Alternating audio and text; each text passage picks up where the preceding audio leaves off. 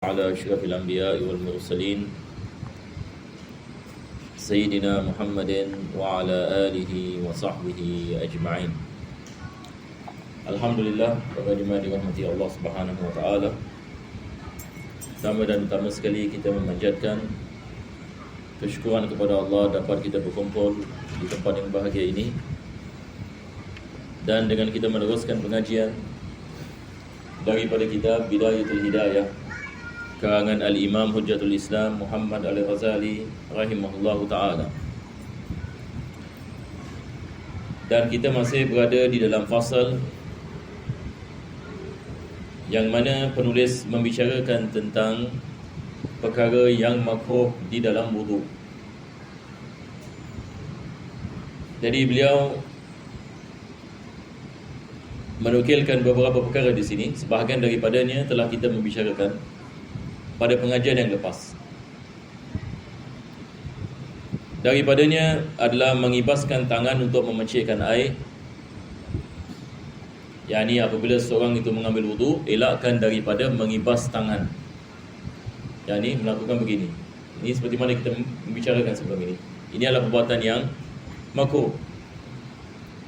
Yang kedua, menampakkan air ke muka.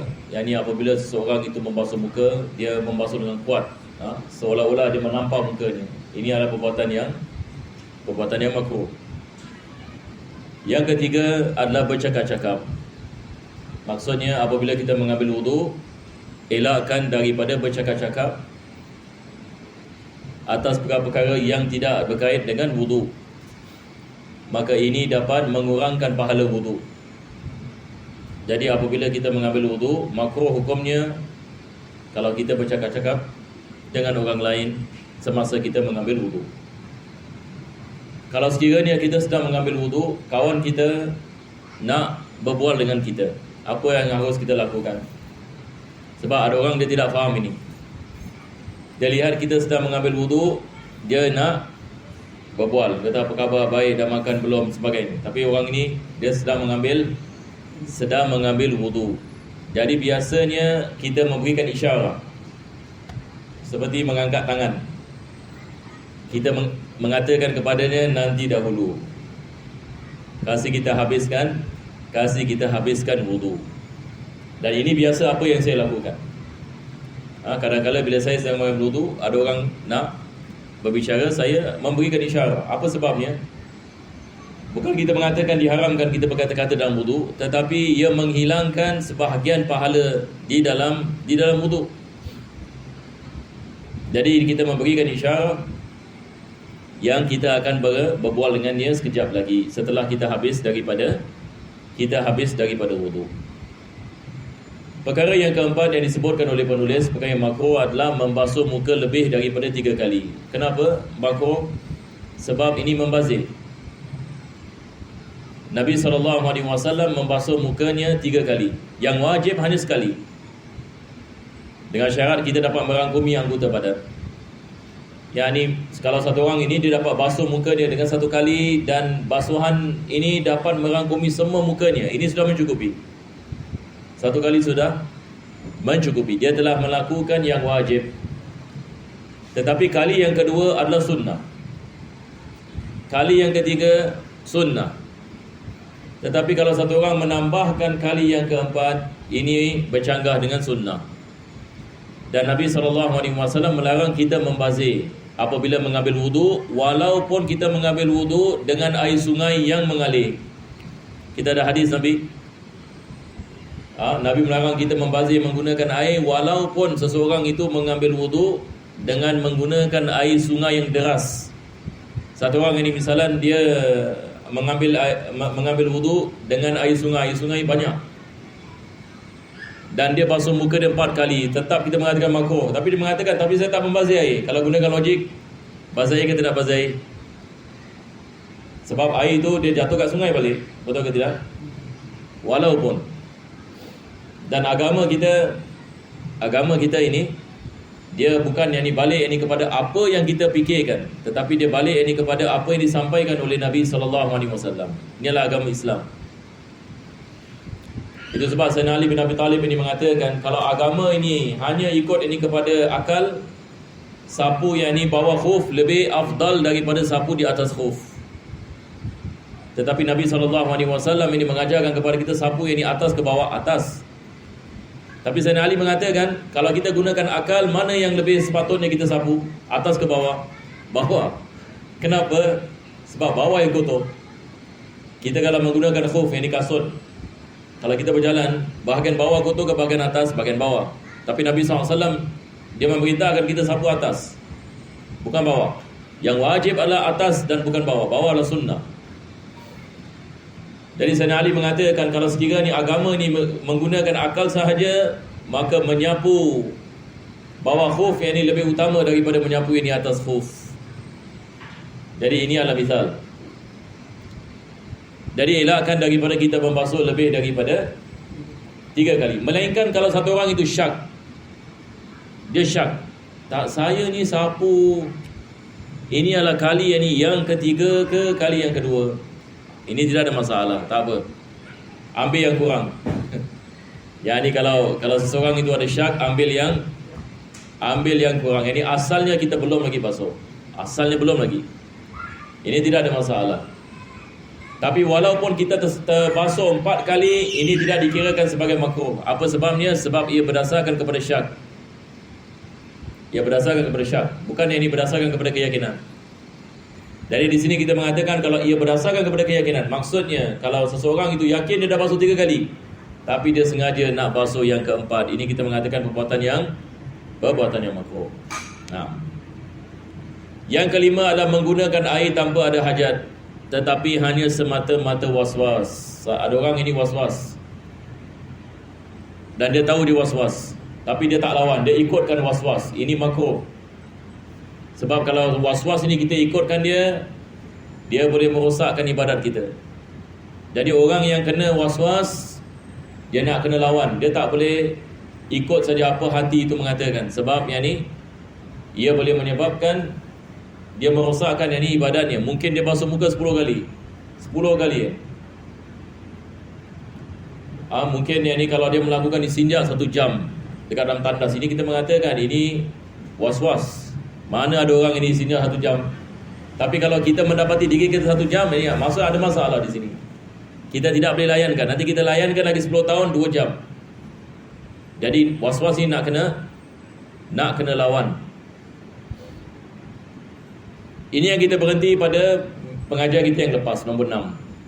Nombor 5. Nombor 6, penulis mengatakan berwuduk dengan air musyammas. Apakah ini air musyammas? Air musyammas adalah air yang tersidai di bawah matahari, dan air tersebut di dalam bejana besi. Jadi kalau kita ada bejana besi dan kita sidai bawah matahari pada cuaca yang panas, di tempat yang panas, apakah yang akan jadi kepada air ini? Air ini dia akan masak dan dia akan menjadi panas. Makruh kita menggunakan air ini di dalam wuduk. Apa sebabnya? Sebab air ini memudaratkan kulit. Dia boleh menyebabkan penyakit kulit. Jadi ulama kita mengatakan apa saja perkara yang memudaratkan, kalau sekiranya ia tidak berdasarkan dengan keyakinan, makruh. Tapi kalau ia memudaratkan berdasarkan keyakinan, haram. Satu orang ini misalan, dia mengetahui kalau dia menggunakan air ini boleh membawa kepada penyakit, tapi dia sengaja menggunakannya. Apa hukumnya? Dia berdosa. Sebab dia meletakkan dirinya dalam kebinasaan. Maka dalam Islam, kalau sekiranya seseorang itu meletakkan dirinya dalam kebinasaan ataupun dia sengaja memudaratkan dirinya, berdosa. Sebab Islam mengharamkan kita memudaratkan diri. Tidak dibolehkan sama sekali. Kalau kita mengetahui ada sejenis makanan boleh memudaratkan diri kita, ataupun boleh menyebabkan maut, ataupun boleh menyebabkan hilang fungsi anggota badan dan sebagainya, maka terus kita mengatakan benda ini diharamkan kita memakannya, sebab ia memudaratkan. Jadi apa sahaja yang memudaratkan manusia, asal hukumnya diharamkan. Tapi kadang-kala kita tidak mengetahui, kita ada syak sama ada ia memudaratkan ke tidak memudaratkan, tapi besar kemungkinan dia memudaratkan, maka ini kita mengatakan makruh. Lebih afdal tinggalkan. Lebih afdal tinggalkan. Seperti mana hari ini orang menanyakan tentang rokok. Adakah rokok memudaratkan ke tidak memudaratkan? Ada sebagian orang mengatakan dia bukan berdasarkan kepada keyakinan. Dia bukan berdasarkan kepada keyakinan. Adakah rokok memudaratkan ke tidak memudaratkan? Orang ini yang mengatakan rokok ini makruh hukumnya sebab dia mengatakan dia tidak sampai kepada keyakinan. Kemudaratannya tidak sampai kepada keyakinan. Adakah kita yakin rokok ini memudaratkan? Secara pasti. Jadi mereka ini yang berhujah mengatakan rokok ini makruh, mengatakan dia tidak sampai kepada keyakinan. Dan mereka berhujah merokok ini juga ada manfaat bagi ala kulli hal. Ini saya hanya menukilkan sebahagian pendapat berkenaan dengan perkara ini. Tapi sebagian dari ulama yang lain mengatakan rokok ini dengan yakin memudaratkan. Adakah rokok ini dengan yakin memudaratkan manusia? Kalau ia dengan yakin, kita mengatakan dengan keyakinan membawakan kemudaratan bagi manusia, maka diharamkan. Jadi disebabkan kita ada perbezaan ini, maka sebahagian ulama yang mengatakan dia adalah makruh, sebahagian mengatakan dia adalah diharamkan. Tetapi lebih afdal ia dielakkan, atau ke tidak? Kalau kita ada perbezaan seperti ini, lebih afdal dielakkan. Kembali kepada air musyammas. Air musyammas ini dia bukan berdasarkan kepada keyakinan. Kalau kita menanyakan soalan, air yang kita sidai di bawah matahari, di dalam bejana besi, adakah dia memudaratkan kulit ke tidak memudaratkan kulit? Ulama kita berbeza pendapat.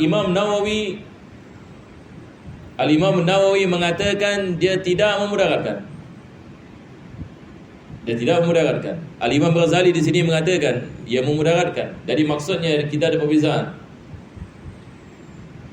Jadi apabila kita ada perbezaan ini, maksudnya perkara ini dia belum lagi sampai kepada keyakinan, maka dengan itu makruh kita mengambil wudu dengan air musyammas. Dan ini yang dimaksudkan dengan musyammas.